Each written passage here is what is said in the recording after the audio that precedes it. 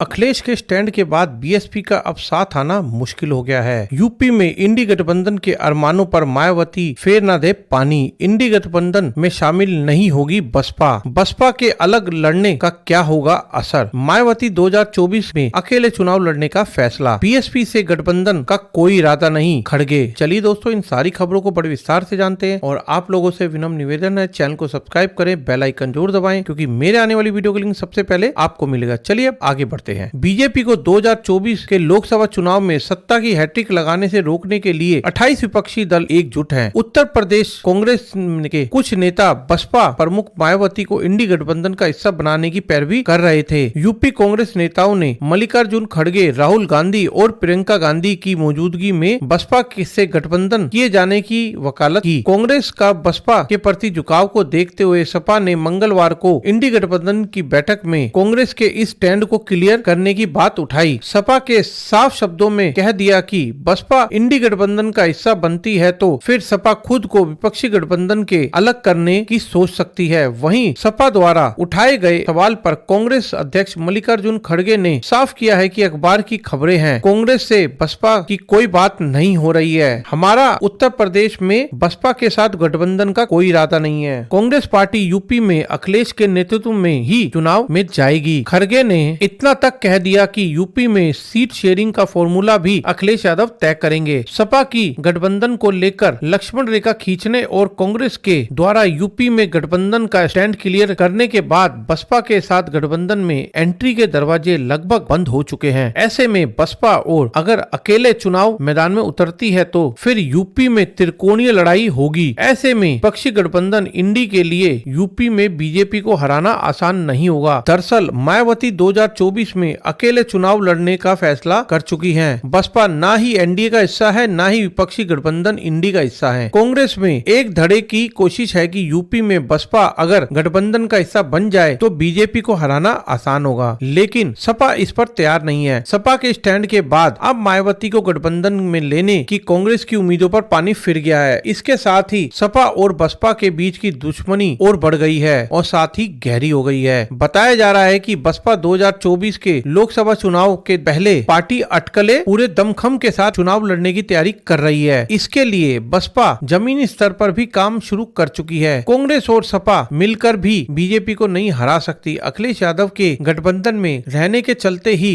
दलित और ना ही अति पिछड़ा उनके साथ जाएगा। बसपा 2019 में सपा के साथ गठबंधन करके देख चुकी है। यादव वोट ट्रांसफर नहीं हो रहा है, इसीलिए 2019 में जिन सीटों पर विपक्ष को जीत मिली थी वो सीटें दलित और मुस्लिम समाज के बहुल वाली थी। यादव बेल्ट में सिर्फ मैनपुरी सीट छोड़कर एक भी सीट सपा नहीं जीत सकी। बदायूं, इटावा, कन्नौज, फिरोजाबाद जैसी सीटें भी सपा नहीं जीत सकी। सपा जिन 5 सीटों पर जीत दर्ज करी थी उसमें दलित और मुस्लिम वोटर ने निर्णायक थे। बसपा अगर गठबंधन का हिस्सा नहीं होती है तो फिर अकेले चुनावी मैदान में उतरेगी। बसपा के अकेले उतरने और चुनाव लड़ने का खामियाजा 2022 में चुनाव में सपा को उठाना पड़ा था। इसी वजह यह बसपा के अकेले चुनाव लड़ने से विपक्षी वोट का बिखराव हो सकता है। यूपी में बसपा के पास अभी भी 13% वोट है, जिसमें दलित वोटों का बड़ा हिस्सा है, खासकर जाटव समुदाय का है। बसपा कई सीटों पर मुस्लिम कैंडिडेट उतारेगी तो उसके चलते मुस्लिम वोटों का बिखराव होगा और साथ ही जिन सीटों पर विपक्षी गठबंधन मजबूत नजर आएगा उन सीटों पर दलितों का झुकाव बीजेपी की तरफ हो सकता है। 2022 के उत्तर प्रदेश विधानसभा चुनाव में यह पैटर्न दिखा जा चुका है, जिसके चलते